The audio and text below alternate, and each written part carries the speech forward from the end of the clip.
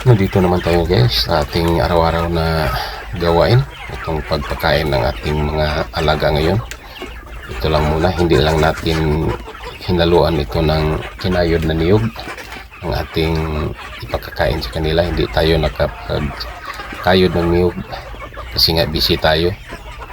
Galing pa tayo sa ospital kasi na-admit naman ang ating isang anak.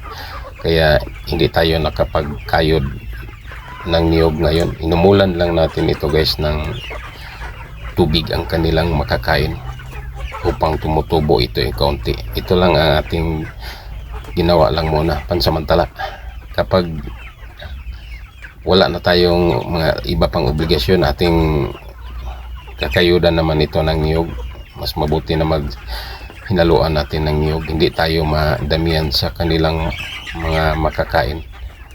Kaya ito lang muna ang ating ginawa.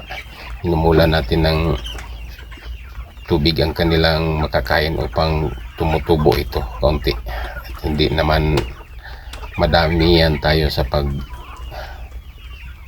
sa kanilang mga makakain.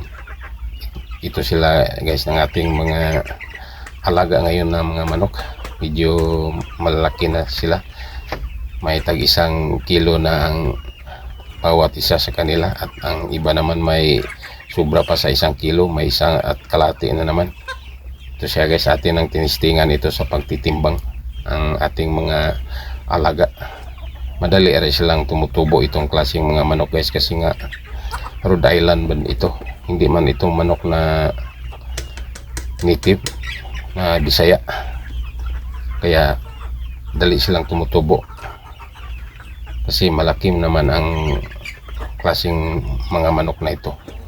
Ito ang ating mga gawain natin araw-araw guys. At tapos naman tayo sa pagbigay sa kanila. Ito namang ating mga sisiw sa loob, ating bigyan ng kanilang makakain. Ikapangalawang batch natin ito ng ating nasa loob sa kids natin guys. Ito ang ating pangalawang batch na ating binubuhay na mga manok, inalagaan natin. At hindi na magtatagal atin itong pakawalan na sa kanilang halwa. Ating pakawalan na ito kapag malalaki na sila kaunti, upang maka-restensyado sila guys kapag nasa sila labas sila, layaw sila sa labas. Kaya atin silang pakawalan mamaya pagka mga 2 linggo. Itong ating mga alaga, mga manok na Rhode Island.